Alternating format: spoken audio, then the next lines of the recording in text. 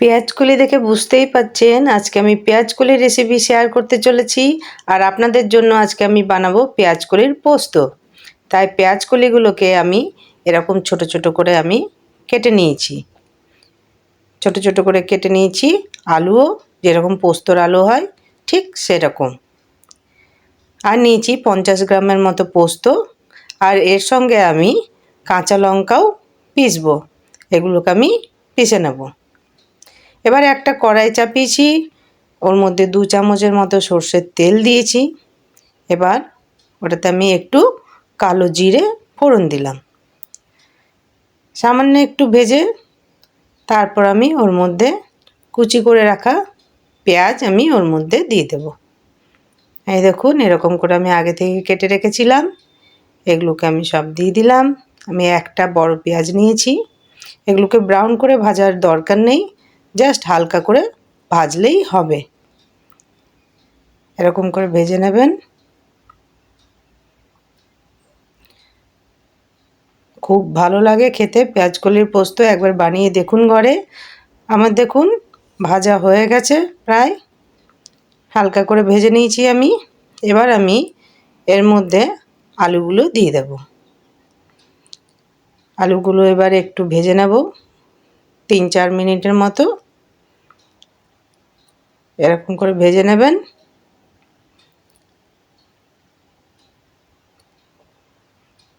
পেঁয়াজকলি পোস্ত কার কার খেতে ভালো লাগে প্লিজ কমেন্টে জানাবেন, আমাকে ভুলবেন না।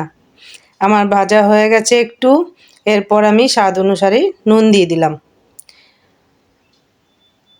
নুনটা আপনারা যেরকম পছন্দ করেন, কেউ বেশি কেউ কম সেরকমই দেবেন। আর আপনারা চাইলে এর সঙ্গে একটু হলুদও দিতে পারেন। আমি পোস্ততে হলুদ দিই না, তাই আমি দিলাম না। আপনারা চাইলে কিন্তু দিতে পারেন। আমার আলুটা প্রায় ভাজা হয়ে গেছে।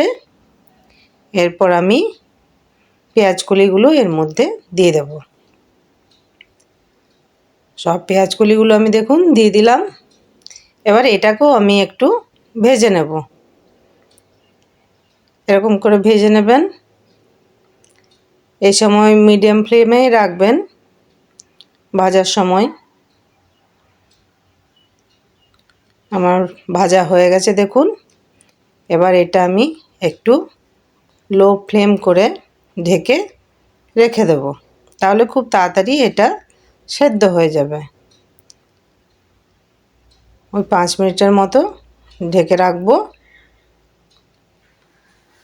5 মিনিট হয়ে গেছে। 5 মিনিটের পর আমি দেখছি আমার অনেকটাই আলু এবং পেঁয়াজগুলি সেদ্ধ হয়ে গেছে। দেখুন আলুটা দেখি, আলুটা সেদ্ধ হয়ে গেছে। আর একটু সময় লাগবে, আর একটু ভেজে নেব আমি। ভাজার পর আমি এর মধ্যে একটু জল অ্যাড করব। দেখুন আলুটা আমার প্রায় সেদ্ধ হয়ে গেছে, আর একটু হলেই হয়ে যাবে। সামান্য একটু জল অ্যাড করব এর মধ্যে, তাহলে পুরোপুরি সেদ্ধ হয়ে যাবে। তারপর আমি ঢেকে রেখে দেব।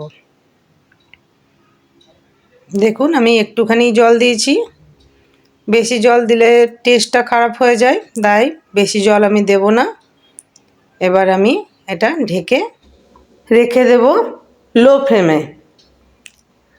এবার ঢাকা খুলে দেখুন আমার আলু এবং পেঁয়াজকলি দুটোই সেদ্ধ হয়ে গেছে। এরকম সময় আমি পোস্তটা দিয়ে দেব।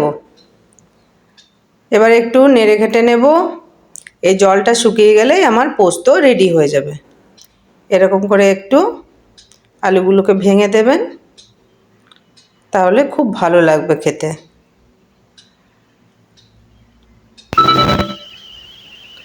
আমার দেখুন একদম পোস্ত রেডি হয়ে গেছে।